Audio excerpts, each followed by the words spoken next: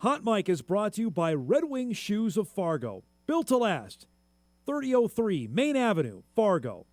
Hot Mic with Dom Izzo. Really? Really, Dom? No. I like what Dom's doing. Okay. Dom Izzo. Jeez, come on, Dom. What do you think I am, a magician? Yeah, I'm fired up, Dom. What else could I say? Absolutely. It was great to get on the field, and then Dom came up to me, and I'm trying to walk away from me. I just wanted to enjoy myself out there. Hot Mic. Great job. There's got to be some kind of intelligent question about something. Coach Dom Izzo, WDAY in Fargo, North Dakota. Can you give me a layup or something? Hot Mic. Presented by Northwestern Mutual. That program is second to none. On the networks of WDAY. You know, if it's not about sports, I find it very hard to concentrate. Here's Dom Izzo. Dom Izzo. Good Wednesday morning, everybody. Heartbreak again for those that follow the world's game. Yesterday afternoon, as we mentioned, the Italian soccer team is playing Bosnia and Herzegovina. This is to go to the World Cup. The game ends in a tie, so they have to go to a penalty shootout. The Italians, of course, airmail their first shot. The Bosnians score here. That was the clincher to send them to the World Cup. And for the third straight time, the Italians, who have won the World Cup 4 times, aren't even going.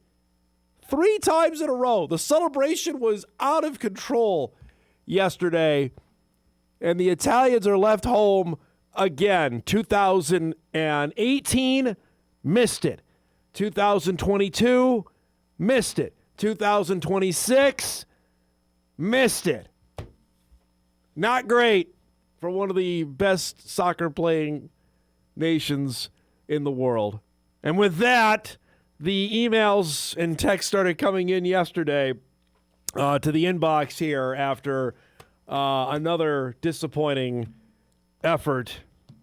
I'm beyond angry with it. I'm just frustrated. Like, how is this possible that they keep getting there and can't get over the hump? And it's expanded. The tournament's gone to 48 countries now. So in 50 of the world's playing countries, the Italians aren't in the top 50. And I thought the Americans are struggling, which we'll get to later in the show. I already got an email. Dom, if you're interested in killing a segment talking about the Bosnia-Herzegovina shocking Italy in a shootout win to qualify for the World Cup, stepson works for Ned, and the employees watched the game at his home yesterday. It was raucous. A great example why we continue to encourage emigration. Yes, I appreciate that. I'm not going to get into more than I already did, other than the fact that there was no April Fool's joke there. Congratulations to the Bosnians as they are going back. First time for them in over a decade, and Italy is home. Everybody else is playing around them, but they will be done. It's only certain sports that brings out this sort of nationality or this sort of impassioned fandom in it. None other can do that. It doesn't happen in basketball. I don't think it really happened. Hockey did for, I think, a lot of people that were attached to the Olympic hockey run that saw what happened there. But soccer has a unique way of doing that. And with that, we say good morning, everybody, and welcome to our show here on the first day of April. We are now officially 1/4 of the way through 2026 already. And I'm going to here to start it because I was going to save our last segment for today and how this day used to be kind of fun, and then it went a different direction, especially with social media. But a shout out to our friends in Vermilion today. USD is playing in the WNIT semifinals tonight. They call it the Fab Four in that tournament because they're copyrighted from using the Final Four for that tournament. They're playing Illinois State tonight. And I will raise my hand. They put out a tweet about a half hour ago that fully got me. This is what the tweet said. Like, party that it's 2016 South Dakota WNIT games to be played in the Dakota Dome. Now, for a certain generation of fans that are maybe new to our program or new to following USD, they used to play their games. Look, if you scroll down in this photo, that's what it used to look like. That's what I've covered many a game inside that building. And if you actually go on the link, they got you here right off the hop. Boom. April Fools. So shout out to them for actually having a sense of humor. And I imagine there's quite a few that actually went and clicked on it today. That got me. I chuckled. I clicked on because I clicked on it. I'm like, what? Can they even do that anymore with the turf and all that? And obviously, the answer is no. But you got me hook, line, and sinker on that. I will say that photo 10 years ago when USD made its run and won the WNIT. This is when the WNIT was just the second-tier tournament. Was fantastic. It was great environment. Anybody that was covering it will tell you that. South Dakota State obviously ended up copying it a few years later when they won the WNIT in 21, I want to say, question mark. But it was that for a basketball setting was different inside the Dakota Dome. As it is, they are playing tonight in their usual arena for their matchup with Illinois State. We touted yesterday, we saw the tweet, Illinois State, as we have Bowden Skunberg on the show, to start yesterday. One of the only teams ever to have its football team play in a semifinal round game, men's basketball playing in a semifinal of its tournament, women's basketball playing in a semifinal of its tournament. Heck of a year that's going on down in Bloomington Normal. The NIT men's semis coming up tomorrow from Indianapolis. We got a lot to get to today. We're going to span a couple of different sports on today's show as we're getting ready for the basketball Final Fours. The women coming up on Friday night in Phoenix. The men will tip off Saturday night in Indianapolis. We've got pro days wrapping up. I mean, now we're in April. So here we are. 3 weeks from tomorrow is the NFL draft. So we've been nibbling at it for the last little bit, talking with some various people and players connected to it. Now it's going to hit hyperdrive, especially for us on this show, because we've got not only the Bison guys that have a really good chance to be drafted high, as in Cole Payton. You're going to hear from Todd McShay about an impassioned defense of Cole Payton being the number 3 quarterback selected, potentially the number 2 quarterback selected in the NFL draft. Bryce Lance, we expect to be the first FCS player off the board. It'll be the last time that moniker will be associated with NDSU prior to them heading to the Mountain West Conference. And then Jack Strand is the other. We talked about Jack a little bit yesterday on the show. He will join us today because things are starting to get hot and heavy with the former Dragon signal caller in terms of what he could potentially have happen with the NFL draft. So that we'll hit on in just a little bit. Kevin O'Connell was asked a few times over, obviously, about the Vikings draft strategy and what they're going to do for the upcoming draft in Pittsburgh as the NFL annual meetings wrapped up yesterday in Arizona. Vikes are, of course, are not going to give away anything. Heck, they don't have a general manager right now. Rob Brzezinski is the acting GM, and then they're going to make a hire after the draft is done. So there's still some decisions to be made with the Vikings after the next month. And considering they have a awfully important draft ahead of them, and they've already made some moves quarterback-wise, signing Carson Wentz again, signing Kyler Murray, what else they did with the departures of a few guys that they decided not to re-sign. Makes for an interesting time there. So that is another topic we're going to keep our eyes on over the next month. Obviously, on the local sports scene here, you see the weather forecast. This is when the days when I was still sports director, you would just shake your head like, come on. We had the last 2 weeks be pretty darn nice, right? I mean, we had a little cold spell this time last week, and then it trended in a really nice direction. And you're like, all right, here we go. Teams are going to be outside. We're going to start playing softball and soccer and baseball, and we're going to have track meets outdoors in the first week of April. And then you see what's coming tonight, tomorrow, Friday, Saturday, and it's just dunzo after that. As it is, that's what we sign up for in this part of the world, but that's where we're at with what's coming up. Eric, can I get a little breaking news sounder? Because I heard this may be a possibility, and it has now been officially announced. Email comes in, and it's become official. For those that follow college wrestling, North Dakota State is taking its wrestling program to a new league. The Bison will be joining the Pac-12 as an affiliate member. Heard this may have been a possibility. NDSU will be joining Oregon State and fellow affiliate members Air Force, Cal Poly, Cal State Bakersfield, Little Rock, Northern Illinois, Northern Colorado, and South Dakota State as members of the Pac-12 in wrestling. With today's announcement, the Pac-12 grows to 9 members in the sport of wrestling for the upcoming school year, meeting all requirements for NCAA automatic qualification for its annual league champions in each weight class. The 9 programs also will give the Pac-12 its largest wrestling membership since also having 9 schools in 2008, 2009.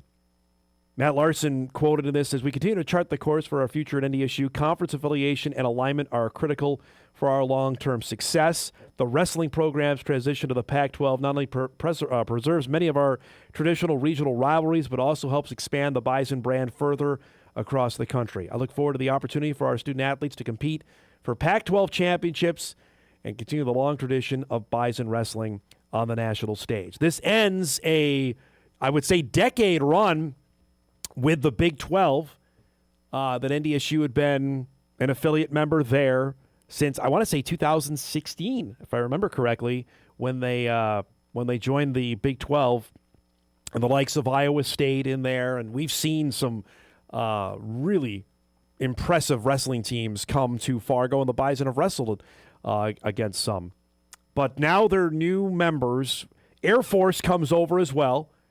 As does Northern Colorado and South Dakota State. Those are 3 holdovers that are coming from the Big 12 to the Pac-12 to join them in wrestling. And they'll have some new league members now. Cal Poly, Bakersfield, Little Rock, Northern Illinois, which will seem familiar because the Bison will play Northern Illinois in football as the other members, along with Oregon State. And the Bison have wrestled Oregon State on and off here for the last handful of years, and who's been really, really good in wrestling. So that little breaking news here to start our show on a Wednesday. We'll follow that, and maybe we can get Obi Blanc on here over the next couple days as well, Bison wrestling coach, to discuss this now official move that NDSU is now a member of the Pac-12 in wrestling.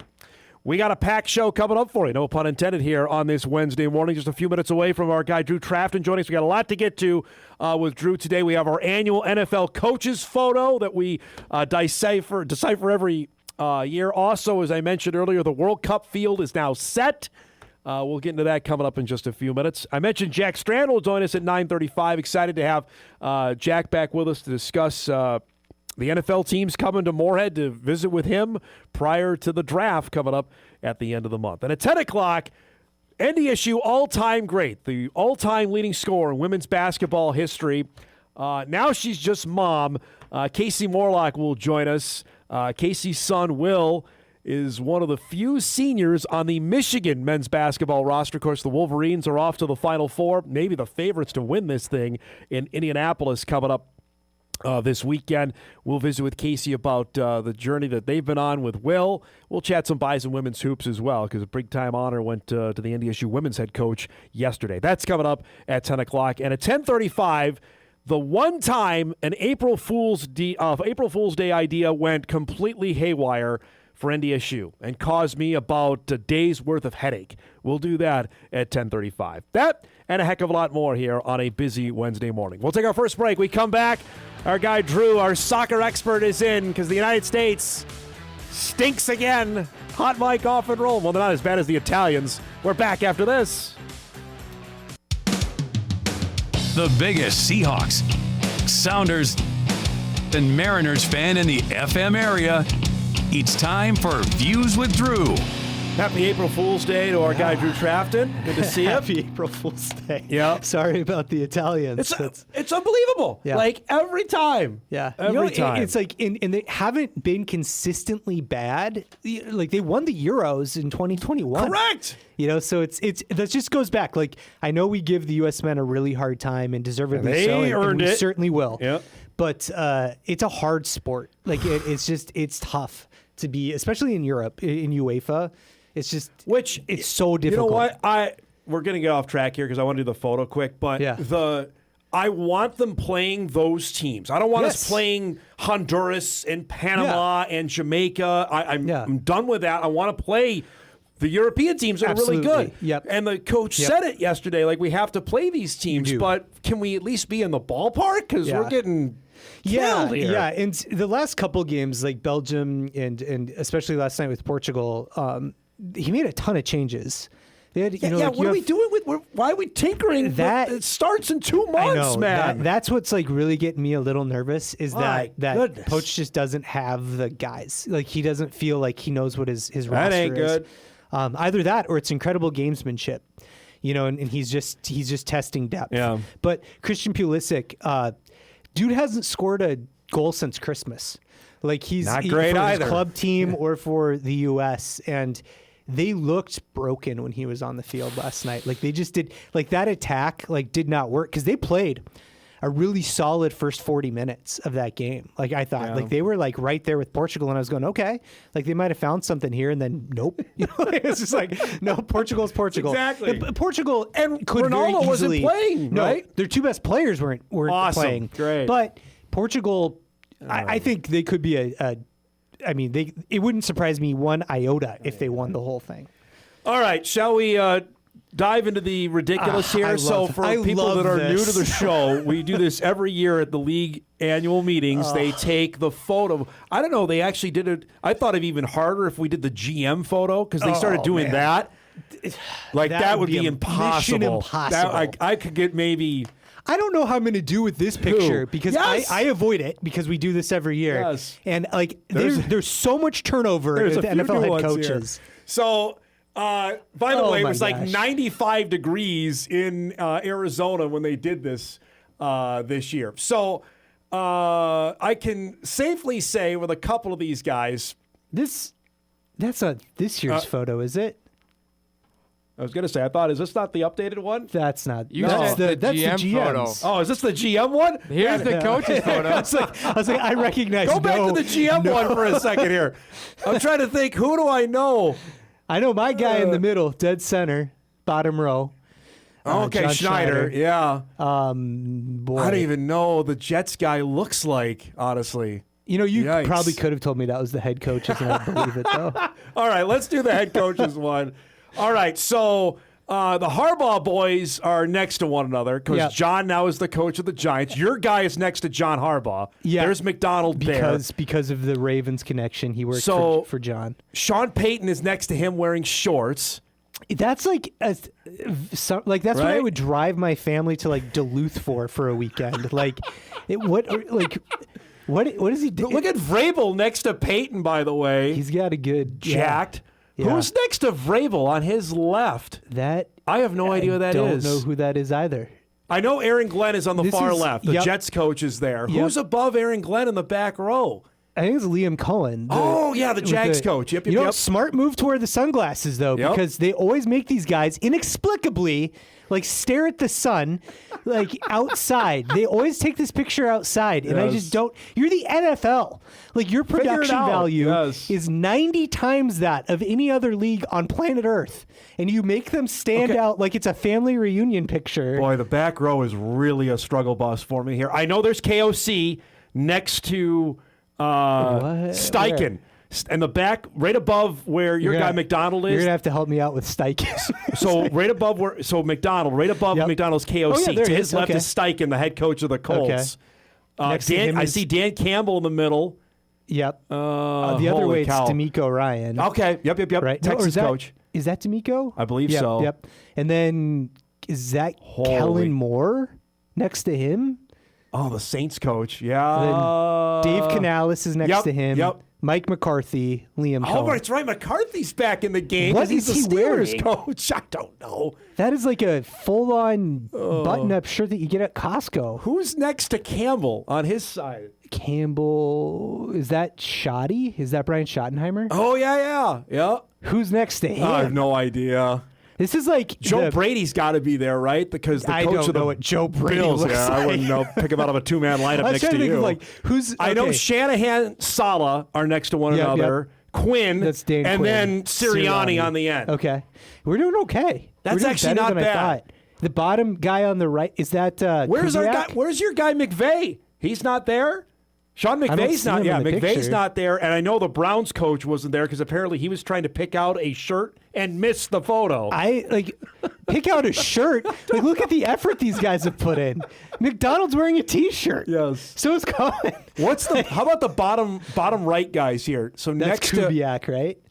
And where's the far right? We got two LaFleurs now. Where either one of them? Are they sitting next to each other next to the Harbaugh brothers? It could be. It's the Harbaugh Okay. brothers, then the LaFleur brothers. That helps. My God. Who's the guy next to him? I have no idea the big guy. I know Stefanski's there in the bottom because he's Okay. coaching the Falcons now. Yeah. Who's the guy at the far end who looks like he wants no part of being there in the black? I think it's Kubiak, Clint Kubiak. Oh, for yeah, the Raiders coach. And then Ben Johnson's next to him, right? Oh, my gosh. That's This pretty is like, good. Okay, That's pretty good. I'm way more impressed, because I didn't think we were gonna get half those guys, but it's like some of them. It's like my the presidents between like Ulysses S. Grant and Theodore Roosevelt. Like nobody know your name. You know their names. I would even test it's probably like between before Lincoln and after like James Madison. Like Yeah. 6 to like 15. Like William Henry Harrison, who? Andrew Polk, Right. Like, Polk, it's like- Garfield, Yeah. right? Come on. Schottenheimer is next to Shoddy. Glenn on the bottom. Oh, okay. No, Schottenheimer's over there, I thought. I know what Schottenheimer looks like. That's not him. Next to Aaron Glenn. That's not him. Who is that then? Next to Glenn. Those two guys between Vrabel and Glenn. I have no idea who those two guys are. Yeah. You said one of them? No, that's So not- many. Well, how many teams have new Were there like coaches this 8 or year? Yeah, something I think like it was like that? 10. Actually, I think it was It was probably 10 about that. It was like more. It was like a third of the league turned over. Because That's nuts. who's the Dolphins coach? Is Eric's guy? I have no idea who he looks like. Jeff Hafley? I have no idea what Jeff Hafley looks like. He's Yeah. got to be up there somewhere, I'm sure he is. right? Like right. Again, put him next to you. No Yeah. idea who is he Andy is. Reid in that picture somewhere? Yeah, he's on the back row. Yeah, he went next to his to Hawaiian Shanahan. shirts. Yeah. Okay, that's a pretty tame shirt for him, though. Yeah. All these guys were pretty muted with their colors, And considering Kansas City wasn't any good, they don't get Yeah. the center spot. which we're used Like to why seeing is him front row. Harbaugh in the center? The Chargers weren't any good. Yeah, that's like an interesting question. okay. There's Hafley's next Hafley's to on the Vrabel. other side of Vrabel. Sean- so Peyton, okay. Vrabel, Hafley. Still don't know who the other guy Nobody is. knows who the guy is. And is he wearing jeans or what? Or is like blue navy pants? Like, what? Did they all get like the same memo to wear blue or something? My gosh. That is like the NFL the could other- fix this. They sell draft hats for crying out Right. loud. Like, make a polo. So the Rams for have the coach's Rams picture. kept McVay. Seahawks kept their coach. Who's the Cardinals coach now? It's the LaFleur brother. Oh, right. That's That's whatever. Mike, right? Mike or I don't know. I have no idea what Mike LaFleur or whatever his name Yeah. is looks like. I know what Matt LaFleur looks like. I have a hard time finding. Isn't he next to Harbaugh? The Jim Yeah. Harbaugh? I don't know. All right. Jesse Minter, right, is a coach now. Oh yeah, for he's the Ravens coach. I wouldn't know what he looks like. Who's the Browns coach? Is it Todd Munkin, Todd but he Munkin? wasn't there. Munkin didn't Munkin, make it because he was looking for his shirt. Because Yes. it's a decision. So you know this picture clearly. Okay, so Jesse That's Minter is Jesse next to Minter. Aaron Glenn on the bottom row, second in from the right. Like, just make them wear the same thing. My gosh. Or it's like make them wear. Yeah, that would help. Like wear team colors, wear something. Wow. All right. So beyond that, the other big thing happened yesterday. As I started the show with the 48 teams are now set for the World Cup. Yep. So we now know the U.S.'s group. Turkey A won its matchup with Kosovo. So that's the finished group now. Yep. And that's the third game Right. that the U.S. will play. So we're in with the Australians. Mm-hmm. And that's the second game. That's June And 19th. Paraguay is the first one, Yeah, correct? we What do kick we off with make now Paraguay. of the full group now that we know who it is? That first game, I think, is going to dictate a lot because we need a result. Like we're going to have we got to to win, you're saying. Yeah, or get a point, or draw. But because I think the last two are winnable games. Okay. And those are, and so we need. I think we're going to need 7 points to advance out of the group, probably. But there's our group there. It's tough to know, kind of with this expanded format, like what's going to be enough. Because now there 32 teams make it to the knockout stage. Right. So like third is probably good. Like good enough because there are only going to be, I think, a couple groups that don't advance. Okay. 3, or it might be 3 all the way across too. So like the chances of advancing are good. Like, but the U.S. needs to get to that round of 16. I think is so they got to win a knockout stage. They got to win a game, knockout stage game. I think just to even like consider it like a business as usual. I think a quarterfinal is really that's where we should be aiming for here. Sweden made it yesterday. Sweden won 2 games in qualifying. And made it. How did they make it? And the Italians can't. Make sense. It's like and my gosh, it's all the draw. Like they're like Italy. Their semifinal game was against Northern Ireland.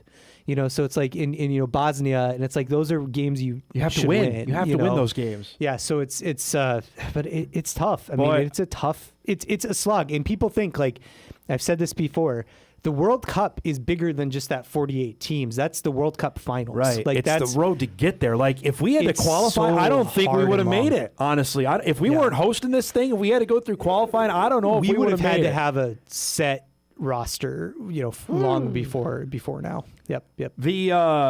I'm just looking through all the toughest group. Is it? God, England's in with Croatia, Ghana, and Panama. That's not easy. No, that's tough. And the Panamanians are playing like better. They're kind of like sneaky. They could be interesting. That group is pretty tough. That one's pretty tough. I think our group is, I'd say, one of the easier groups. Which mentioned helps. that once the draw came out in December of where we're going to be here, but now it's real. Like these are the 48 teams in it. I'm just looking at them, and after they played last night and how the United States looked against Portugal last night, I know we talked about it earlier. I want to be invested. I want, when this comes around in June, like, all right, here we go. I'm all on board, like we were 4 years ago when it was in Qatar and they made it to the knockout stage. Yeah. You gotta be. We're hosting this thing. We can't stink. No. And the thing with these group games is, it is an easier group, but all of these nations could beat the U.S. if they're not playing their best game. Awesome. So it's like you have to show up and you have to know. Has Canada got a shot to do anything? Canada's in with the Bosnians who made it, Qatar and Switzerland, their group. Yeah, that's a Canada winnable group. was Switzerland going a few years ago. Pretty decent. So that could be a. Yeah, I mean, and Mexico's in with South Africa, South Korea, and Czechia. Czechia qualified yesterday. Okay. Yeah. Mexico could be the CONCACAF team that makes some noise. Makes the run. Okay. Yeah, yep. Who's Brazil in with? But the interesting thing with Mexico is they're so like, the U.S. and Mexico are I'd say like very evenly like matched, and they're always within a couple rankings of each other in FIFA. They're each other's rivals, but they're pretty equal on talent.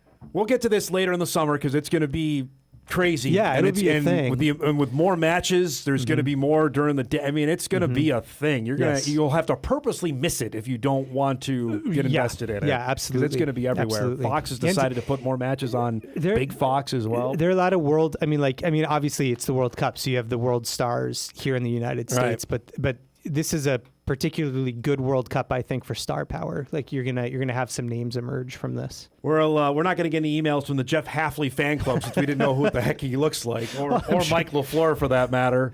Well, the Dolphins and the Cardinals are. Who else got a new coach? I'm trying to think of who we know of. Like I know Stefanski's coaching the Falcons. Yeah. We know him. Kellen Moore, Jesse Minter, I wouldn't know. First year, second year. I know Kellen Moore. I know what Kellen Moore looks like. Back to with the Saints days. Like in the NFC North, everybody's the same. Mm-hmm. Like Bears kept, Ben Johnson's back, Campbell's back, KOC is back. So we know, obviously LaFleur's back with Green Bay. So we know what John Harbaugh looks like with the Giants. Like that's it. Those three guys. They could literally walk in here, Minter, Mike LaFleur, and Halfley, like, who are you? No idea. It's the no-name presidents. Honestly, the NFL can do that and get everybody. We're not the only show doing this. Obviously, you're talking about the photo, but again, it shows you the power of what that league can do. It's amazing to me. We would never do that with any other sport. Like, how many baseball managers, honestly, would you, if you actually saw them, would know what they look like? Right. Like 2, 3. It's like the guys who you see in the playoffs. I know what Aaron Boone looks like because he manages the Yankees. Obviously, I know Carlos Mendoza because he's the Mets manager. And I know Derek Shelton, the Twins manager. I know Counsell, who's the Cubs manager. After that, I know Eric's guy, Pat Murphy, the Brewers manager, because we've shown Brewers highlights on the show. After that, I'd have a real struggle bus. Yeah. Like the Diamondbacks manager. Couldn't tell you. Yeah. The Athletics. Like they're in the AL West. I couldn't tell you. Who's the Mariners manager? Dan Wilson, who's a 90s catcher for them. Nope. I know Dan Wilson. Yeah. I don't know what he looks like. Yeah. No. Like, you take him out of his uniform? Like, right. Oh, yeah. If you take those guys out of their uniforms or, like, they're not wearing ball caps, like, forget it. We're going to go, but what's more hard to identify? A baseball manager or a hockey coach? Like an NHL head coach? Like, it'd be NHL for because they all dress in suits. Right. Yeah. They have no team apparel on. Yep. Good luck. That'd be even harder to do. Thanks for coming by, as always, bud, all right? Drew Trafton joining us each and every Wednesday. Let's break. We come back. We'll head over to Moorhead. The draft scuttlebutt is going crazy for Jack Strand. We'll chat with him about what's next. Well, the draft coming up at the end of the month. That's coming up when we come back.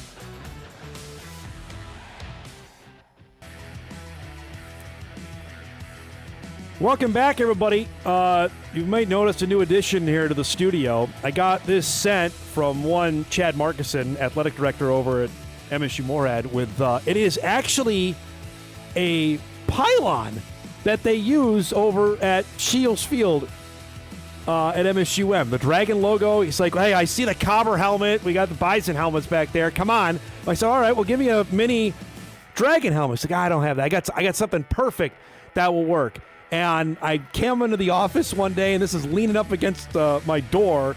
So there it is. We got actual paraphernalia from over in Moorhead, which is a perfect segue to welcome on our next guest who I'm sure hit many of a pylon during his time as quarterback at MSUM. And now it's on to bigger and bigger things for Jack Strand as the NFL draft is 3 weeks from tomorrow. Sometime he's going to get a phone call, maybe even hear his name called with how things have progressed. It's great to have him back on the show. We talked to him a couple weeks ago at Bison Pro Day. He was up there throwing, and I'd say things have been hectic. Maybe you tell me over the last couple weeks after that. Yeah, it's been a little crazy just having some meetings with teams and coaches, and after Pro Day, I had a chance to talk to a few scouts and coaches and hopefully get some visits lined up here in the next couple weeks. And then come 3 weeks from now, I guess we'll see what happens. So describe your emotion going into Pro Day, get a chance to work out and throw with some of your former teammates, knowing full well there was going to be a bunch of NFL guys. Were you nervous? Were you excited? A little bit of both? What were your emotions going into it? Yeah, it was kind of like a game day feel almost, because it was all this preparation leading up to it over the last couple months. It was almost like going through fall camp before the start of the season, and then kind of as you get into the week before it, we're doing all these practices and stuff, going through the route scripts with my guys, and then once the day came, it was kind of you woke up, you're like, all right, here it is, let's go and show what we can do. But yeah, it was an awesome experience getting to go out there, throw with my guys, especially one last time. We haven't played a game in 4 months about it was since then, but to have one last chance to go out there and kind of show everyone what we can do was awesome. What did you and I know Tony, you've worked with Tony Rastiopi. We had Tony on the show, QB coach who worked with Cam Miller. You work with him now. Describe your plan of going into that and what you were looking to accomplish? Yeah, working with Tony was awesome. A big part of that was working a lot of under center stuff, just because that was something that I hadn't done any of in college. Didn't take a single under center snap in game. And so that was kind of the first thing that we needed to attack, is just working my footwork and stuff, working those drops, getting to specific depths as quick as possible, and still staying under control with those drops too, because it's a lot more steps than just taking shotgun drops. So that was a big thing. And then another thing was kind of just getting my mechanic cleaned up, like I was sometimes flying open with my front shoulder a lot, which was causing the ball to tail or drift or kind of just fall short a couple times. So that was something that I was working on, just keep my front shoulder closed and having a good base and throwing. So it's a lot of technical terms and stuff, but definitely got better in my time out there. How is it hard not to get in your head when you're trying to do all that stuff? It can be a little bit for sure. And, that's kind of something that I struggle with. Like, while you're, doing these mechanic stuff, you want to be thinking about it. And I mean, doing it in a practice setting or something like that, or when you're just throwing, that's a good time to work on it, because you don't want to be thinking about it when you're, actually running plays. Or for me, last or 2 weeks ago is when I was actually on pro day, I didn't want to be out there kind of thinking about my form. And so, when I was out there, it was a good time to focus on it. And definitely sometimes I miss a couple in a row and you start to think a little bit too much. But once you get it one time, then you can kind of feel what it feels like. But then another thing is, once you just take enough reps with it and like you miss a throw or something, you can really start to feel what you do wrong. And that's a big thing too, especially, now that I'm here, not working with Tony in person right now, but I can still kind of coach myself in that way. What was the biggest thing you took away from your time working with Tony? I think just the amount of people that he knows, the amount of experience that he has. Like, he's had so many NFL guys come through there, guys that he's trained for the pro day combine process. And he just got so much experience. He knows so many people. Like, he's talking about all these connections, all these people that he's, hung out with and, trained, that kind of thing. So that was really cool to hear, just some of the stories that he's got. So now, after the experience goes the way it does, Jack, tell me did you get any feedback from the scouts that were there, or is that something they relayed to your agent afterwards? I got a little bit of feedback. Some of it was just, continue to work the under center stuff and then get really consistent with my drops, because there's sometimes that I'll be taking a drop back and my feet will still be a little off, or it's like I'm kind of indecisive the drop that I want to do. And so that's something that I've been working quite a bit on, just being really consistent, like something that's got to be just second nature for me, because that's not something that they have time to really teach at the next level. They're teaching all these concepts and reading defenses and stuff. Right. So that's something that you kind of just got to come in and know how to do. Now, it's not like the NFL didn't know about you, because everyone came through during fall camp or came to practice during the seasons. But so I know that's not new.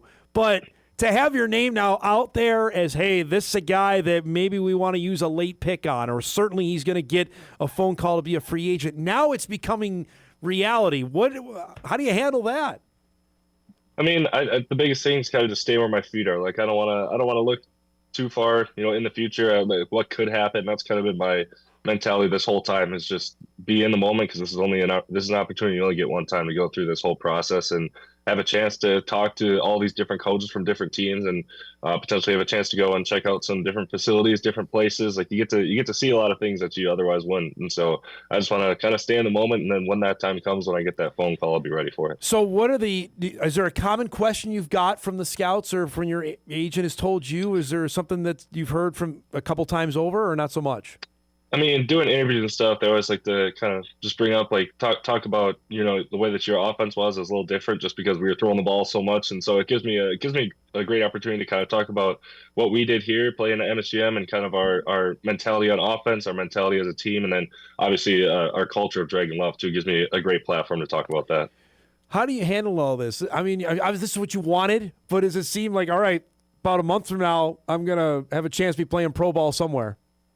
Yeah, I mean, growing up, it was always my dream to be able to play professionally in the NFL. And now that this opportunity is kind of really here, I mean, I'm definitely really grateful for it. I'm really excited for it, and just to have the opportunity to continue to play football is something that I'm really excited about. Very, very grateful for that. Can you tell us, like, what teams have you talked to and gone beyond just, hey, want to know some, like, have you got down the road with a couple of teams? Yeah, I mean, after pro day, I met with a couple of the Patriots coaches, and then I've just had some Zoom meetings. I had the Colts, Panthers, and Broncos so far, and got a couple more lined up too in the next few weeks. So can you give us the gist of what you guys talk about? Are you doing like a whiteboard? Give us behind the curtain on that, if you could. Yeah, a lot of it. It's been a lot of kind of film watching. So some of our games last year, like, they'll just pull random plays, and then I kind of gotta remember, like, what do we have this play in for, based on what we saw on film? Like, what was the game plan? What was the situation? What was my decision? And then what the actual play was too, because they don't. Like, it's not like on our huddle where we just have the play name up there and you can just read it off. Like, I kind of gotta recall that. So I mean, I enjoy doing that though, and talking through our offense is a lot of fun. another thing they've been doing, they kind of install some of their stuff. So like they'll drop a play or drop protection and something, and they'll talk to me for a little bit, and then I got to go back up there and reteach it to them. Do they ask about your head coach who wants to throw the ball 75 times a game? No, I haven't got a lot of questions about that. But I mean, I've kind of talked about that, kind of how our mentality was just we want to get the ball into our best players' hands, and our playmakers' hands, and so we're gonna. Whether that's through the air, on the ground, like this year was more on the ground. We were able to get the ball to the running backs a lot more. But just get the ball into our receivers' hands, our running backs' hands, tight ends, whoever it is, and let them make plays with it. Not that you want this, but have you ever been stumped or like, oh boy, I don't know how to answer that? I've had a few times where I've had to like pause and think about it a little bit, but I haven't had anything where I don't think I was able to answer, at least not yet. All right, I got to ask. We brought it up on the show yesterday about the Jack Strand billboard. What is your knowledge of this, and what did you think when you saw it go up? Yeah, I mean, that's back home in Wisconsin. So I was in New Jersey when that got put up, I think, and so I had a bunch of people like sending me pictures of it and stuff. And I've only seen it one time when I drove back from the airport. My parents picked me up. They're like, "Yeah, we gotta drive past and see this thing." I was like, "All right, I think seeing myself on a billboard one time, I only need to see it one time." Did you get your picture in front of it? No, I didn't. I know some people who have though. It's awesome though, seeing all the support and everything coming from back home. I know we talked about this before when you've been on the show about the support back home. To have that and just knowing the swell of this for the next month, that's got to mean everything to you. Yeah, definitely, and all the people from back, it's here and back home too. Like everybody kind of checking in on me, seeing where everything's going, what the process is like, and then obviously when I get a chance to go back home too, those are, I got my best friends from high school, my girlfriend, she's back home now, and obviously my family's back there too, and so getting a chance to see all those people and kind of just let them know how things are going, but then see all the support, see that kind of got everybody there cheering for me. It's awesome. It means the world to me. All right, though, for you're back here in Moorhead. I know you're helping out with spring ball. Have the guys seen that, and you're getting a hard time now that you're a big timer, that you're on a billboard? I don't think anyone here they have not seen it in person for sure. We got a couple of guys from the 715 area, but I don't think anyone's seen it in person, but they've seen some pictures of it, and I've kind of got teased about it a little bit. Describe that, being back and helping out during spring football. What is this like now? Like the Field of Dreams line, like you're on the other side of it now. What is it like for you? Yeah, it's definitely a lot different. Staying out there in the cold for spring ball would definitely be a lot more fun, kind of being out there playing. But being able to see the game just from a coach's perspective, kind of stand behind everything. You're kind of like as a quarterback, I'm still kind of taking through the read progressions on my own. Based on the play, I know Coach Check does the same thing, and then being able to watch the film too. But I mean, I've picked up so much from this place in the last 4 years that I've been here, and I just want to give everything that I can to the guys coming in after, because that's the way that the program keeps getting elevated. Is the guys who come before, they just kind of keep giving back, and then whoever comes after them, they stand on their shoulders and they just keep elevating the level of the program based on that. Jack, last thing before I let you go, take me back to what you remember about either Coach Lockway or Coach Check selling you on MSUM. You remember that like in the living room on the phone or on your visit? Like, what do you remember standing out like, this is where I want to go to school?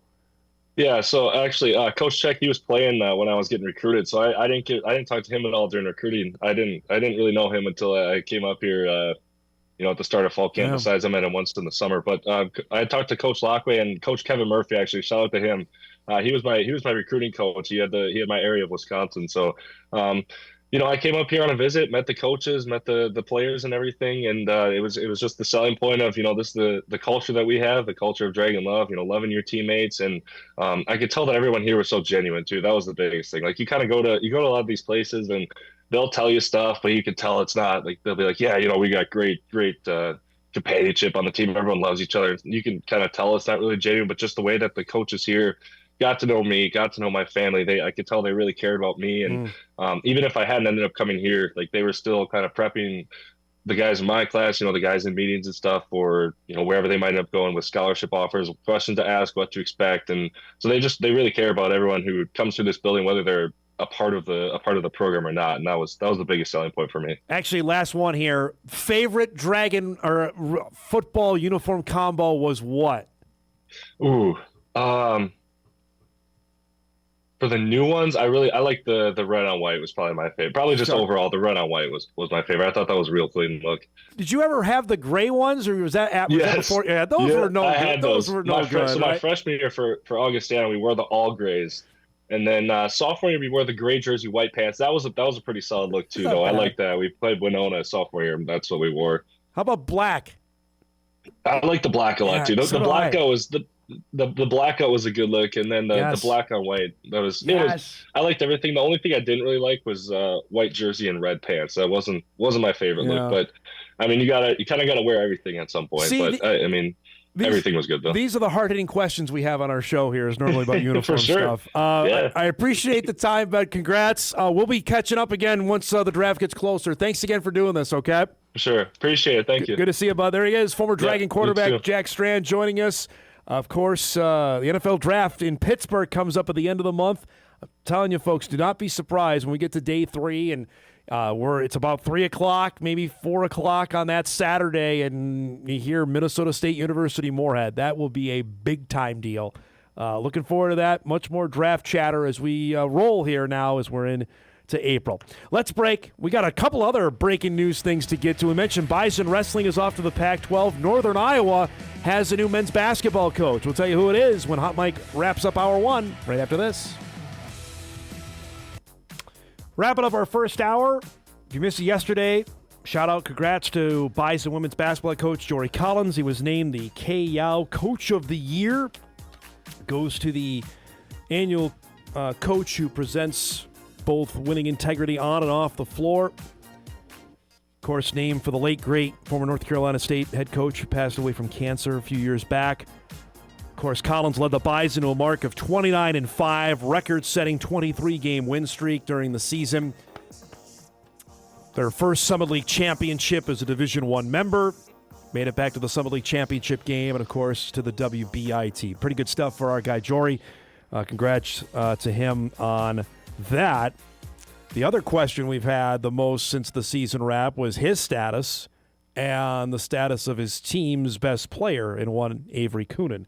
As we sit here now, the season has been done for a week and a half. Is the old no news is good news theory maybe apply here? We'll see. The portal officially opens on Monday for everybody. Now, that hasn't stopped for portal announcements coming, right? You can say, hey, I'm going in whenever, but officially the paperwork gets filed at 12:01 Monday morning, and then you'll see the rash of names start entering after that. As it sit here right now, looks like that everyone would be returning. Of course, that can change. We'll update you if we hear any news on that. But congratulations to Jory Collins on that award. Another coaching announcement happened while we were in that last segment with Jack Strand. Email comes from the University of Northern Iowa. Some breaking news here. We were talked about the opening there for the men's basketball job with Ben Jacobson taking the job at Utah State. We had several inquiries here from fans, listeners, viewers about, would David Richmond be maybe considered for the job? Well, you and I kept it close to the vest. They have announced Kyle Green is the new head coach at Northern Iowa. He has been an assistant for 16 seasons at UNI. He has been an assistant coach with TJ Otzelberger at Iowa State for the last 5 years, and now will return to Northern Iowa. He has spent 3 separate stints as an assistant coach at UNI from 2001 to 2003, 2006 to 2011, and 2012 to 2021 under both Greg McDermott and Ben Jacobson. So that seems like we had talked about, I think McFeely mentioned Green's name yesterday when he was on the show as probably the leading guy in the clubhouse to get the job. And that ends up being the case, that he is the next guy to take over at Northern Iowa. Be intriguing to see. That's a job now. Looks even better after considering the Panthers made it to the NCAA tournament this past year as a 5 seed in the Missouri Valley Conference. Let's break. We come back. We'll start our second hour with an all-time great from NDSU. Kasey Morlock will join us ahead of the Final Four with her son, Will, playing for the University of Michigan. That's coming up when we start Hour 2 of Hot Mike right after this. Yeah, right. How are you? I'm okay.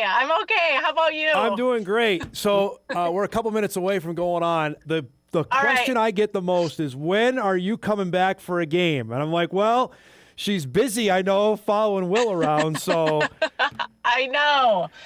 I feel badly that I haven't been back for quite a while, actually. Well, now there's something to come back to watch, because I understand why you didn't. There was no, for a while they weren't very good, but now Jory's got them going now. So, right, I know they had such a good. They had such a good season. Yeah. It was fun to. It was fun to follow for sure. So it was a bummer. Bummer the South Dakota State. Yeah. Injuries and. I'm telling you, that environment down there, I mean, it's a home game for them in Sioux Falls. So, it is. So it's I know. It's just something about them that, we're about a minute away, but like their best player came out with foul trouble, right? And the Bison were up, I think 2, and they needed to get it to like 6 or 8. And instead, South Dakota State flipped it, and they went up 8. I'm like, that ain't gonna be good. No, they've got a good thing going at South Dakota State. Yeah. So you're heading out tomorrow, you told me? Tomorrow. Okay. Yep, we're heading out. We're driving. Okay. You know what? This day and age, it's okay considering what air travel is right now. I know, exactly. And I think it's just my dad is gonna come with, and so that's awesome. It's easier for him too. Cool. So we're piling in the car one more time. All right, here we go. Okay. This is Hot Mike. On the networks of WDAY. Here's Don Izzo. Welcome back, everybody. Second hour of Hot Mike, ready to rock and roll here on this Wednesday morning. We mentioned earlier in the week, obviously, as we get ready for the Final Four, the women get going on Friday night in Phoenix, which you've got the top 4 seeds there. The men will head to Indianapolis. That'll start on Saturday, where you've got a mix of a couple 1 seeds there, and you got a couple other teams that are not necessarily underdogs. Illinois might be considered one, but the late game is certainly not. With Arizona and Michigan, the Wolverines will play against the Wildcats. We have a connection back to this game, and for those that have been on with us way back when, we were following the exploits of one Will Cheddar from Stewartville, Minnesota. I believe, and our next guest can correct me if I'm wrong, his first Division I basketball offer was from North Dakota State. And then a heck of a lot more came in, including the University of Michigan, where he committed. And the neat story about that, his mom and dad are former Bison greats. Dad, Garth, played football. His mom is Kasey Morlock, the all-time great women's basketball player who joins us this morning as they get ready to go to Indianapolis. Do I have that right? Was NDSU number 1? I can't remember. NDSU number 1. In terms of first offer. Was his first offer? Oh, I think Augustana, but they were Division II, hoping to go Division I. Yeah, so, wow. yes, Dave Richmond came in first. Holy cow. First off, it's great to see you. I know it's been a hectic time. And I found this, we've been following it, obviously, when Will committed and played. The crazy part about this, I think I read this, Kasey, of all the Power 4 teams, there's only 20 seniors that stayed with their team, and Will's one of them. That's got to be just amazing when you think about it. Well, I mean, it's sort of this day and age, right? I mean, so it's actually not all that surprising to me when you follow and the ease of the transfer portal. Describe what this has been like for your family to follow this, and obviously there's a coaching change, which I want to get to in a bit at Michigan. What this has been like for you and for Will to go through this over the last 5 years. Probably a roller coaster is the best way to describe his 5 years in school. I mean, there's been obviously this Final Four is probably the high, right? And but there's been some they had an 8-24 season, 2 years ago. So, which was a losing locker room is really a tough thing to go through. And a coaching change is also like the uncertainty and the stress of that. So, I'm happy for him for all of it, honestly, because I think you appreciate it more when you know that it's not easy and it's not a given. Did he ever consider leaving after that 8-win season? Did he talk with you guys about that? I would be lying if I said that there wasn't some thoughts on leaving, but I think that one of the reasons that he really liked Coach Howard and he really liked Coach Martelli, but it obviously wasn't working. And so it was, that was really, really hard, but he also chose the University of Michigan for a lot of other reasons, and that those became bigger and bigger. Like he has made a lot of friends, the connections of the professors, the community. He had a girlfriend, so there was a lot of.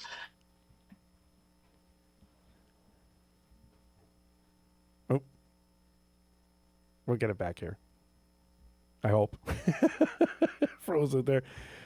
Hopefully we'll get Kasey back here in a second. By the way, on Michigan, so they win 8 games. Juwan Howard gets let go. Then they hire Dusty May. And for those who don't follow college basketball tightly there, May was the head coach at Florida Atlantic. Florida Atlantic goes to the Final Four in 2023. Comes available, obviously, when you have a coach like that, that's like the next big thing that's out there. He gets in that interview circle, gets hired. Michigan obviously hires him, and then the last couple years, it has been a complete different role here for what the Wolverines have been on over the last 2 seasons, and obviously now to the point where they won the Big Ten championship. They go all the way now, win the Big Ten tournament, been the number 1 seed, get to the Final Four, and now have a chance to win a national championship, something Michigan hasn't done in men's basketball in over almost 40 years. 1989, of course, the last time they won it. And Cheddar's backstory, and hopefully we get this, did our internet crash on us here? Hopefully that's not the case, but just real quick on this, maybe if we have to break, we can, Eric, and maybe get this back up and running or get some engineers in here. On Will, that he had a bunch. I mean, University of Minnesota came in, offered him. Michigan obviously came into the mix. I mean, there was a bunch. You heard Kasey mention it off the top. That Augustana, and that was back, think about that. That's now 6 full years ago when Augie was talking about making its move up to Division I, that they were intrigued on that. It looked like we might have some internet stuff. So, let's take a break. Maybe we can get our engineers in here maybe to fix something, and let's do that. We'll come back, and hopefully we can get Kasey back, and if not, we'll get her on the phone. Back on Hot Mic here in just a couple minutes.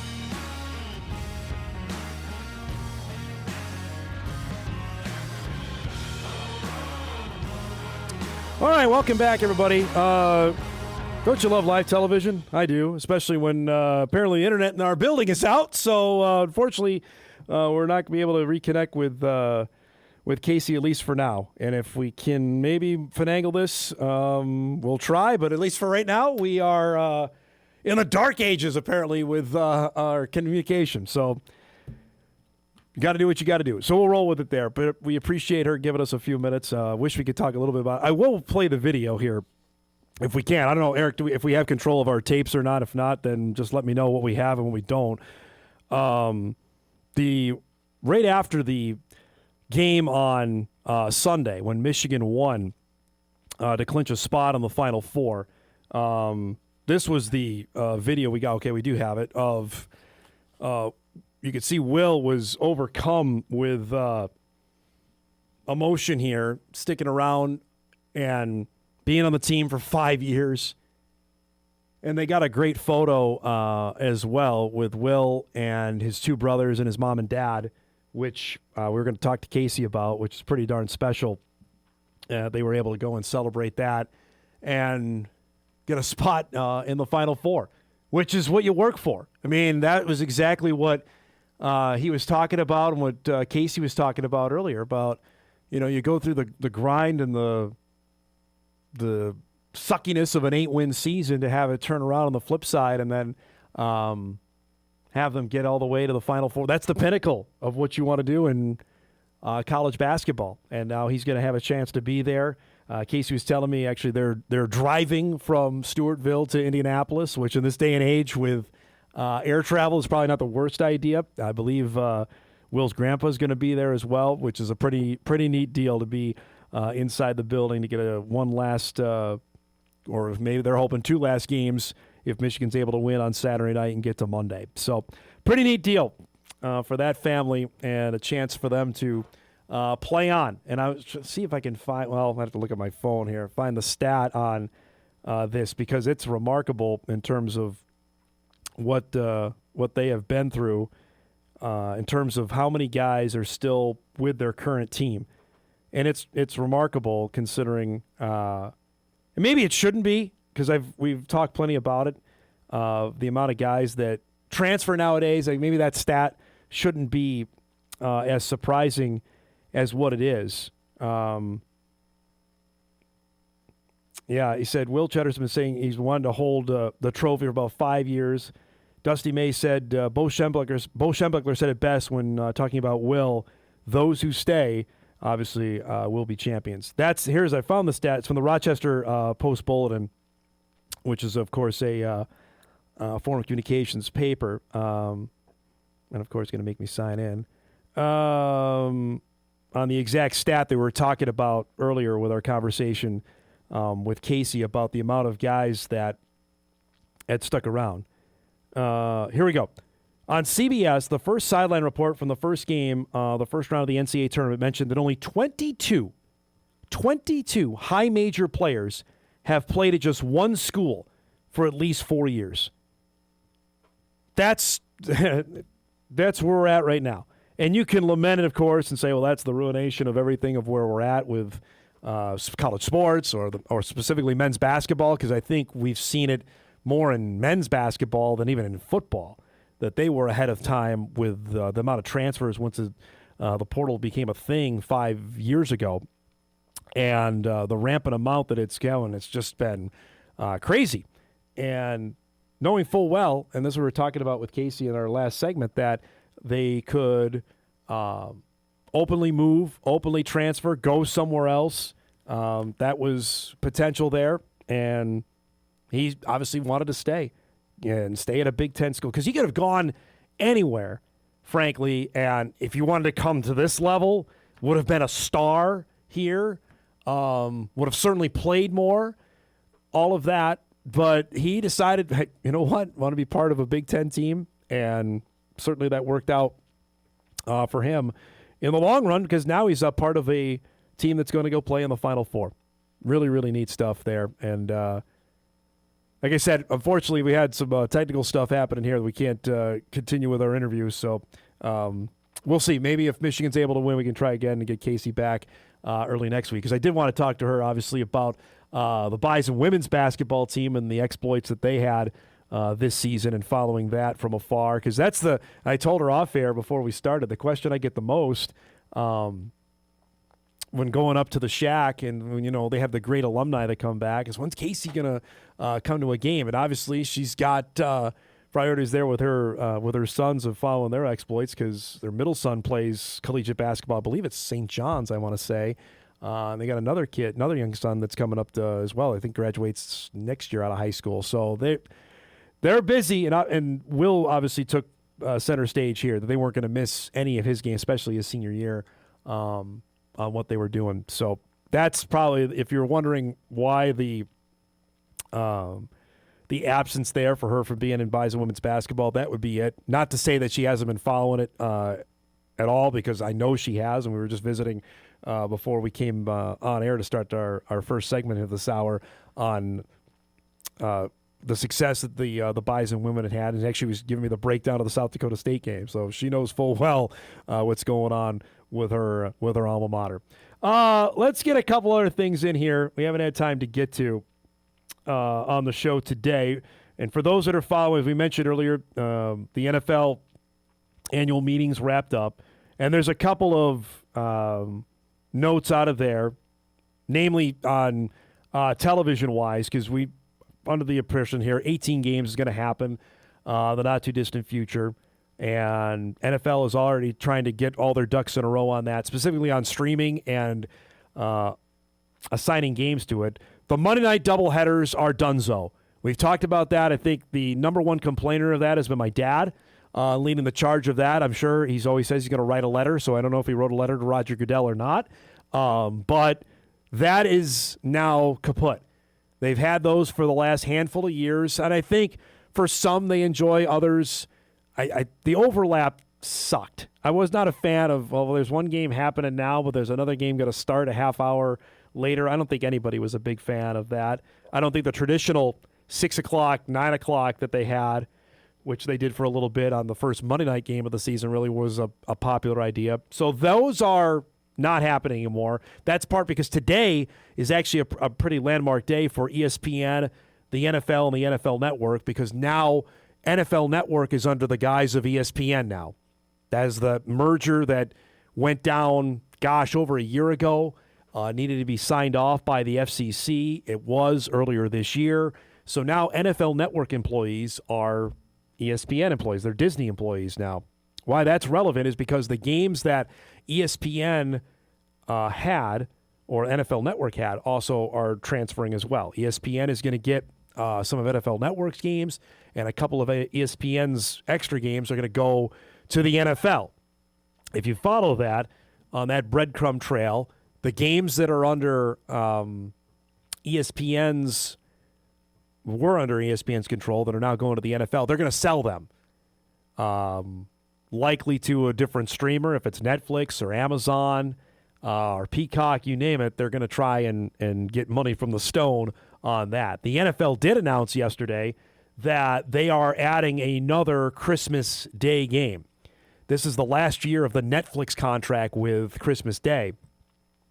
So Netflix will still have 2 games, and then there'll be a third game that'll be on Fox on Christmas Day night. That's part of the new deal that'll be coming through. And who plays, that's still up in the air. That we won't know that till May. So anticipate now we're going to have a game on Thanksgiving Day Eve, the Wednesday before Thanksgiving. You're going to have the 3 Thanksgiving Day games. You'll have at least a Black Friday, maybe another one on the day after Thanksgiving. Then, because Christmas is on a Friday this year, we're going to have 3 games on Christmas Day. I would imagine spread out then, noon, 3:30, 7 o'clock. NBA is going to love hearing that for its games that particular day. And then after that, who knows?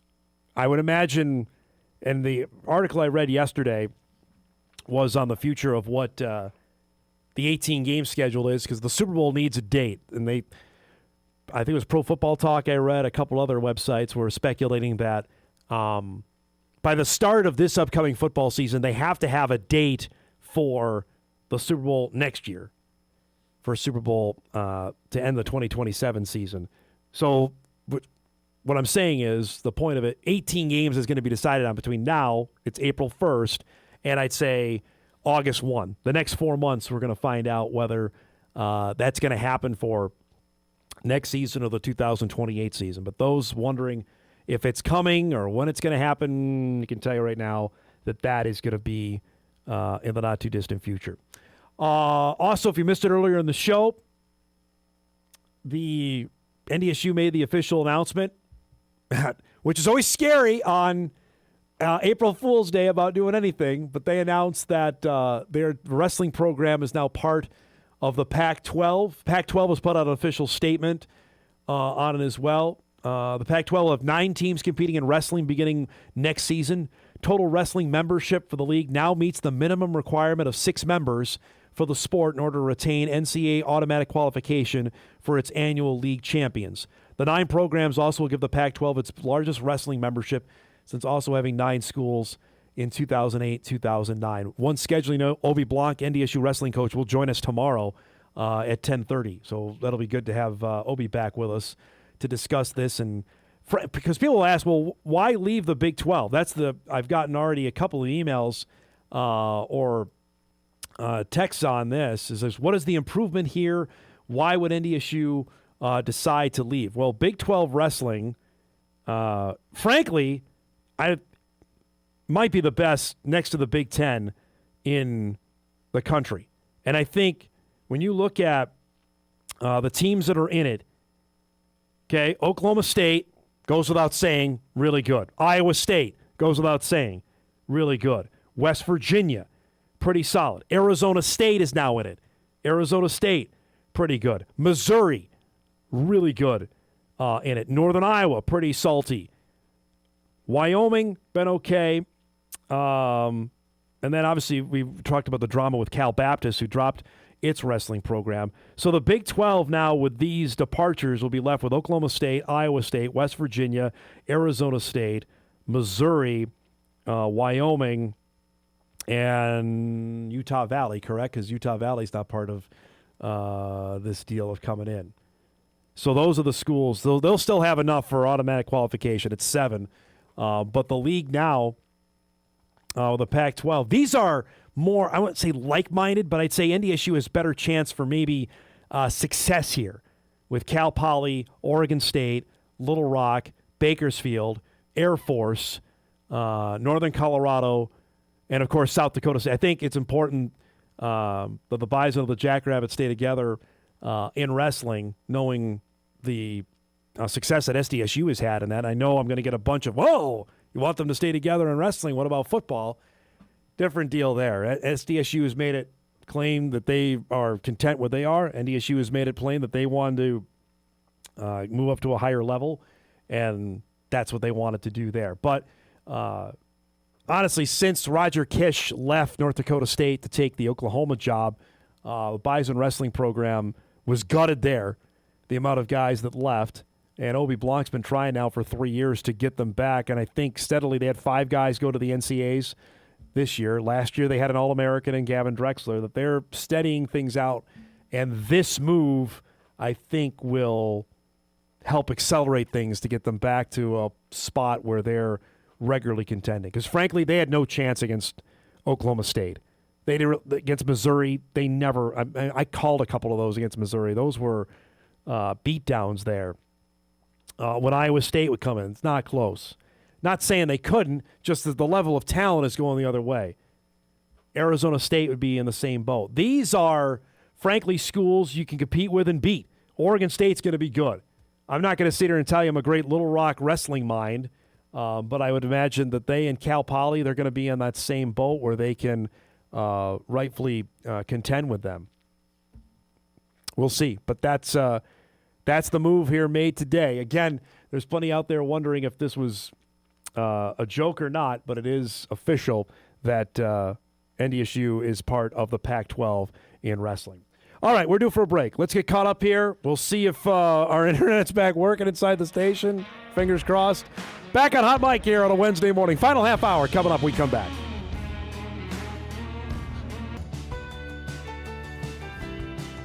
Welcome back, everybody. Final half hour here of the show. Looks like we're back up and running. Better late than never. Appreciate everybody bearing with us there for that last segment. Okay, I've been waiting to do this here to the end of the show because we're going to do a little Dom Tells a Story, which everybody loves that part of the show. Because I'm scrolling on Twitter now, and you got a bunch of different people trying to have fun with the day. It is April 1st. And there's, Utah State has put out one where they're, they have paw prints on their field. There's another, different color football fields of trying to have fun and trying to catch people off guard. The ultimate time this happened was 10 years ago today, and I will set this up as best I can. So at that time, I am the 6 and 10 anchor for the sports at WDAY, which I did for over 10 years. And this particular day, this is long before I had a son, long before even I was married. So in the good old days, as I make fun of our current staff that doesn't wake up till 11 o'clock, I actually was still sleeping at 8:15, 8:30 when the bat phone just started to explode, go nuts. And it was one Jeff Nelson, our news director here, calling me. And whenever the boss calls at 8:30 in the morning, like, all right, something's up. Either we had something wrong the night before, or we had some massive news, huge news that got to get up and go. And he said, "Did you see the story?" That's how I answered the phone. "Did you see the story?"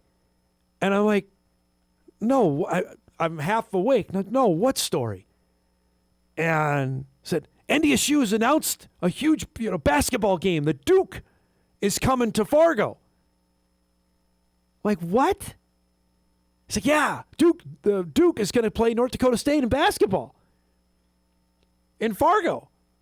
And now I'm awake because, like, what? Like, okay, because I believe around that time, South Dakota had scheduled a game. Our good friend Craig Smith had got a game at Cameron Indoor with Duke around that time, or maybe a year later. So I'm putting my faculties together, like, okay, like, wow, this is monster. Because the Shack was not yet done. In April of 2016, the Bison Sports Arena was being converted. It was in the final preparations that Shields Center and the Sanford Health Athletic Complex was going to open that October. And this was going to be the first game against Duke. And then I sat down for a second and I said, "Jeff, what day is it?" And he said, "I think Wednesday." I'm like, no. What's the day on the calendar? And then he hung up on me. I kept this, and I'm sure some of the people at NDSU probably are going to hate seeing it, but this was what came out on their Facebook page. April 1, 2016. It says, "With the Final Four starting tomorrow, we're excited to make a huge basketball announcement regarding North Dakota State. NDSU is excited to announce the first opponent for the opening contest at the Shields Center and the Sanford Health Athletic Complex will be Duke on November 4th, 2016. Literally, I'm telling you right now, the amount of emails, texts I got, tweets, nonstop. I mean, I think our news department was all on board. They were lining up interviews, and I'm like, everybody, pump the brakes.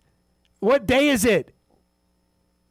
I'm pretty sure, if I remember correctly, NDSU got a lot of negative feedback from their fans on this. People were hook, line, and sinker that this was happening. Like, this was going to be a thing.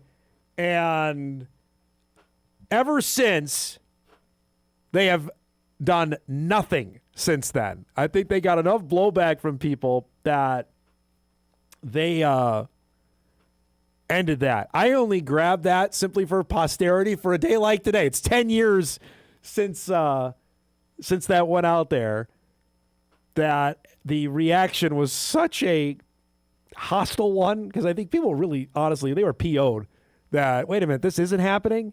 Like, don't mess around with that. And I think that was like the turning point, because that's when social media was still fun. It's not now. It really is. There are moments where it has a chuckle or laugh if you don't see something, especially sports-wise. Because in those days, 10 years ago, you could have fun on there. You could literally put out something like that and maybe get a pretty good response. Nowadays, I mean, holy cow, it would be a dumpster fire now. And this honestly may have been the turning point, at least for. That's why I'm half surprised NDSU made an announcement like they did today, like it did with the Pac-12 with wrestling, because I think half people probably thought, well, wait a minute, that can't be real. So and that's not a real thing, but that is confirmed that it is going to be the case. So that was, I'm telling you, the amount of people, I still have people telling me today about that. Like, yeah, man, they got me. I was all set. I was ready to go and go check out the game. Like, I'm buying tickets. Like, as it turns out, it was not Duke that was the first game inside the Shack that year. Arkansas State has the distinction. The Red Wolves were the first team to play a game inside the Shack in November of 2016. As it was, I think it was Dakota Bowl weekend because I couldn't make it there because I was doing the football games that night. We had a ton of stuff happening. But that was the last time anybody decided to ever have any fun on April Fool's Day. Frankly, and there's another one, and I don't know if my guy Christian Dudzik remembers this.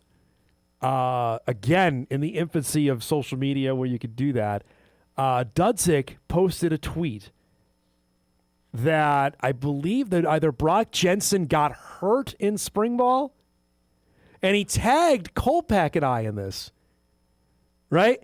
And again, this is another time, like the bat phone blowing up because you get tagged in something and my phone starts going off, and I think other fans had seen it, started tweeting like, whoa, it was going into Jensen's senior year. So this is April of 2013. I'm almost positive he did this. I'll have to tag it now because he'll pick this up and watch it. Then he got everybody on that. And I think he put out something not long after saying, hey, no, it was just an April Fool's. Everybody's fine. Like, settle down. I'm telling you, for some things you cannot play with people's either emotions or feelings on something like that. It's not funny, or it just flat out scares people. Like the Duke thing, while funny maybe in a concept, actually got people really, really PO'd. That with C-Dub did, while probably funny in his own mind, probably sent a ton of people, including myself, scrambling like, whoa, got to call up Bull. What happened? Like, how devastating, how long is he out for? Is it, season ending? Is it to the season? Like, what? It's just those kind of things. It's one thing if you want to say, hey, we're having fun. We're going to have a different color football field this fall or something like that, rather than saying, hey, we're playing a top-level team that's coming to our barn. Yeah, that's probably not going to fly. Those are not going to be good. So there you have it. That's the story of how the Duke North Dakota State men's basketball game in Fargo never actually came to fruition. And in fact, got several newsrooms, or at least in the immediate area, all up in arms about trying to go cover it, or at least like, hey, how's this happening? Because there's a bunch today. I'm just scrolling now from various teams that I follow that are announcing, yeah, we're going to have a different color field this fall, or we're going to have the only one they actually got away with it on April Fool's Day was Central Arkansas. Darren Ravel put this out, the business reporter, because Central Arkansas on April Fool's, whatever year it was, announced they were moving to a purple and gray football field. And nobody believed it because it was on April 1st. And Ravel actually called the school and said, no, we're not joking around. We are doing this. And then it actually got some even more steam on it. Like, wait a minute, this is really happening? And that ended up being the case. And so this day, NDSU was supposed to go there prior to the move to FBS this fall of the purple and gray football field. That was going to be a thing. And as it turns out, that was true. NDSU playing Duke at the Shack, not true, not funny. But that was out there on April 1, 2016. Gosh. They've been hanging from the rafters if somehow they had Mike Krzyzewski and Duke coming into town. It would have been unbelievable. And that's why it was unbelievable that the powers that be thought that would be something funny that they could roll out there that day. Wild stuff. All right, let's break. We come back. We'll wrap up the final segment of our show. Get you ready. Got a Fun Sports Wednesday on tap. We'll do that when Hot Mike wraps here on WDAY Extra. KSFL, KMBN, and Inforum.com right after this.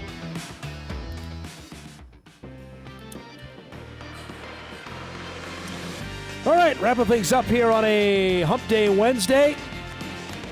Tomorrow, as I mentioned, Obi Blanc will join us. You'll also hear from one Todd McShay, NFL draft guru, on his thoughts on Cole Payton, even getting more vociferous, maybe the best way to describe his championing of Payton to be potentially the number 2 or the number 3 quarterback selected in the NFL draft, which begins 3 weeks from tomorrow in Pittsburgh. We'll get into that, as we mentioned in our first hour with Jack Strand. Much more NFL draft content between now and the next 3 weeks to get us ready for that. I did text back with Kasey Morlock. We apologize again. We had internet outage here as we're on, and we're relying on the internet to make our show happen for our guests. And said if Michigan wins Saturday, we'll try and get her back on for Monday morning show prior to the national championship game. So that'd be the hope there. A couple other items that have come through since we went dark. Brooklyn Meyer, South Dakota State standout. She'll play in the All-Star game this weekend at the Final Four in Phoenix. Has been named the Becky Hammon Player of the Year. That goes to the best mid-major player in the country. She wins that award. Avery Coonan, of course, was a finalist for that award. Meyer ends up winning it from South Dakota State. And again, this goes back to, I know there were plenty when we were in Sioux Falls that were upset that Coonan won the Summit League Player of the Year award over Meyer. Again, both of them, it was 1A and 1AA is maybe the best way. It wasn't even 1A and 1B in my mind. They were that tight in terms of how well they played. I think Coonan got the edge because NDSU won the regular season championship. Meyer has the last laugh here as they won the Summit League regular season or the tournament championship, and she gets this award as well. No, I mean, tip of the cap. Unbelievable career. Be really interested to see what professional basketball holds for her beyond this. She's had a dynamite run at South Dakota State that ends with the Becky Hammon Award, which goes to the top mid-major player in Division I women's basketball. Yeah, there's still a few other ridiculous tweets coming in here. Like Texas A&M says, due to overwhelming demand because 3 decks just isn't enough, they're like adding another deck to their football stadium. Like, no. Western Carolina, introducing our newest off-season program, Goat Yoga, is officially part of Catamount training this spring. Balance, flexibility, and a little added pressure. See, now that's okay. Those are funny. Saying you're going to play, like here's Florida Atlantic football.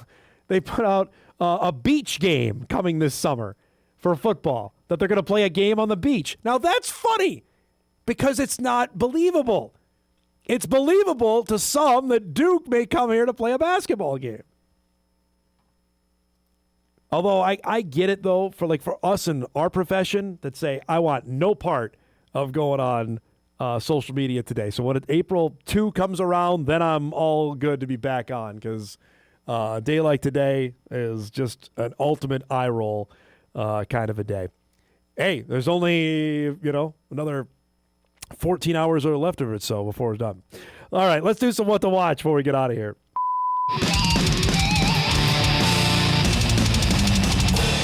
What to Watch brought to us by our friends at Northwestern Mutual. Okay, we got a lot going on today. Twins are back in action. It's game 2 of their series with Kansas City. That's coming up tonight, 6:30 on Twins TV for that one. Twins lost in their opener to Kansas City on Monday. Starting pitchers tonight, well, they're going to send out the Twins will with their ace tonight. Joe Ryan will be back after 5 1/3 innings on opening day. Didn't allow a run. Noah Cameron will be the starter for Kansas City, making his season debut. Last year, mark of 9-7 with an ERA just under 3.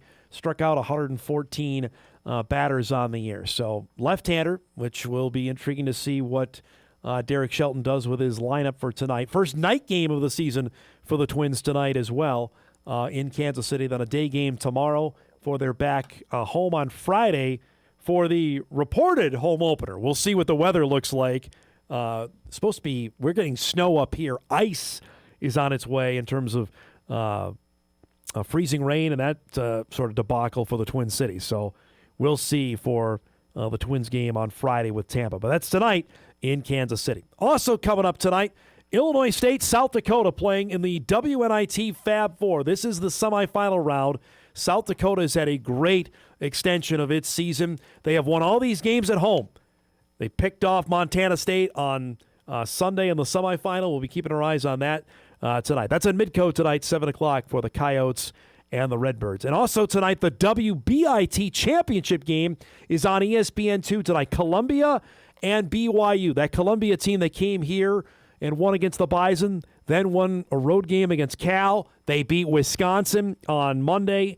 Now they'll take on BYU to try and win that second-tier tournament. That's tonight on ESPN2 to wrap up that tournament in its third year, already with two Big Ten champions. Illinois won it the first year. Minnesota won it last year. And each of those teams then were propelled on the following season. So I think there might be a small part of the fan base is cheering on for Columbia to win this thing after they came through here in Fargo and won by nearly 30 over the Bison. All right, that'll wrap up our show here for today. Thanks to our guests, to Drew Trafton for joining us, to Jack Strand, and part of our conversation with Kasey Morlock. If you missed any of the show, you can podcast it later today at Inforum.com. You can watch a full replay on WDAY+. As we leave you, more hijinks from one CB Buckner, who got a call overturned the other day. Here, he claims that the base runner didn't touch the bag and is out. And you could see the reaction from nearly everybody in the stadium yesterday that he did touch the bag. When both managers are laughing at you, like Pat Murphy and Kevin Cash were, it's probably, literally, they're laughing at the guy. Might be time to get out of the business. Look at Kevin Cash even smiling. Thanks so much for joining us, everybody. Have a great Wednesday. See you back here tomorrow.